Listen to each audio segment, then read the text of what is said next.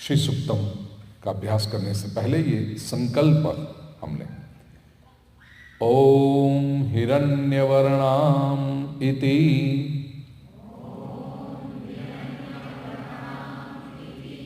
पंचदशर्चस्य सूक्तस्य आनंद कर्दम चिकलीत इंदिरा सुता ऋषयः श्रीर्देवता आद्यस्तिस्रोनुष्टुभः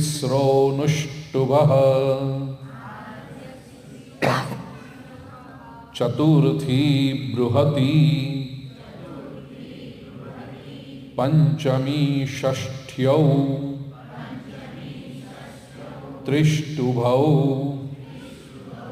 ततोष्टावनुष्टुभः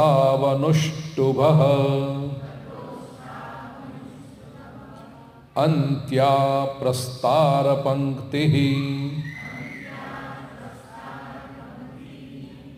जपे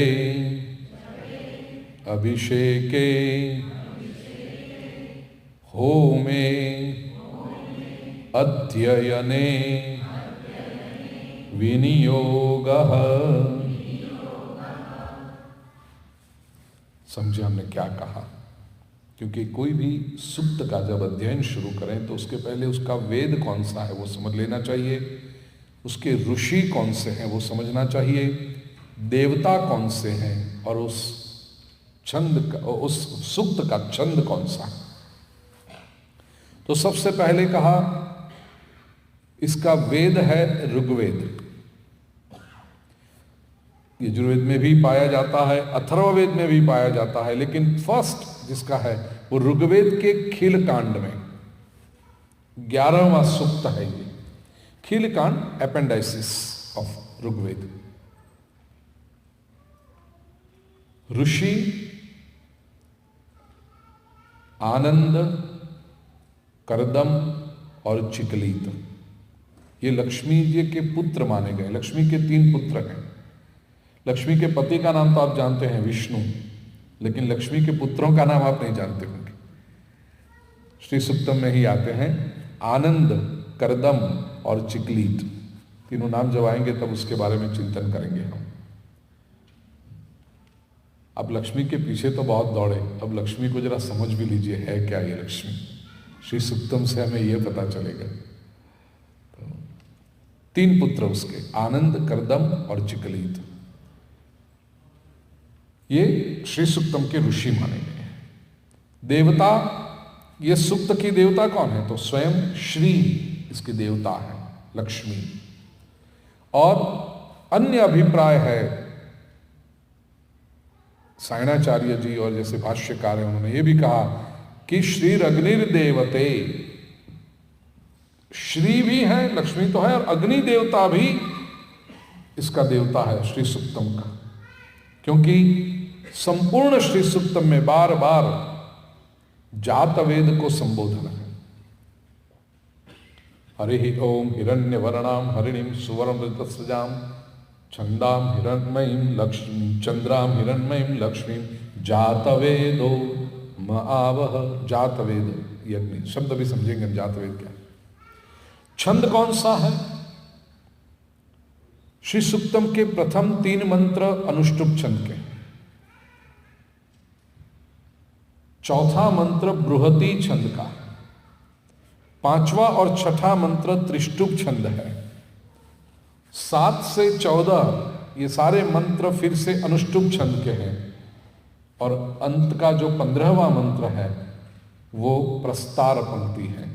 पुस्तकात में हाथ में है, देखिए आप, जो 15वां मंत्र है वो अंतिम, यस्याम हिरण्यम प्रभूतम गावो दास्योश्वान विंदेयम पुरुषानहम, प्रस्तार पंक्ति। वो पंक्ति जरा और अधिक लंबी हो जाती तो इसको प्रस्तार पंक्ति छंद कहते हैं। एक और विशेष प्रयोग श्री सुक्तम में है कमला प्रयोग, जिसके बारे में भी मैं कल बताऊंगा, मुझे आपके याद करा देना। तो कमला प्रयोग से श्री सुक्तम की पावर, उसकी जो ऊर्जा है वो और बढ़ जाती है।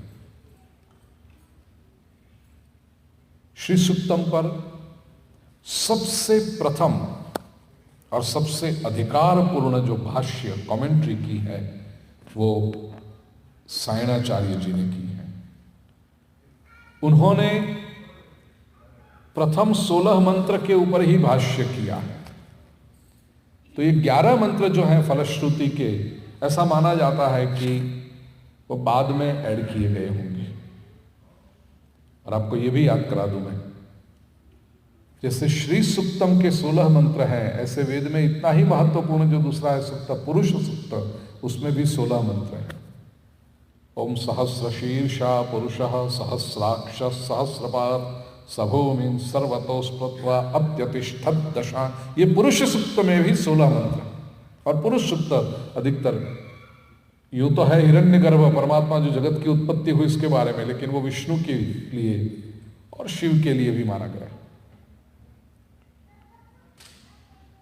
अब जरा लक्ष्मी जी के ओर आगे बढ़े।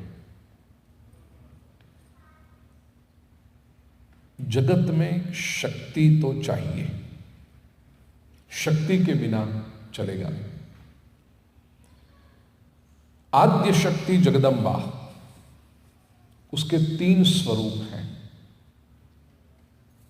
महाकाली, महासरस्वती और महालक्ष्मी।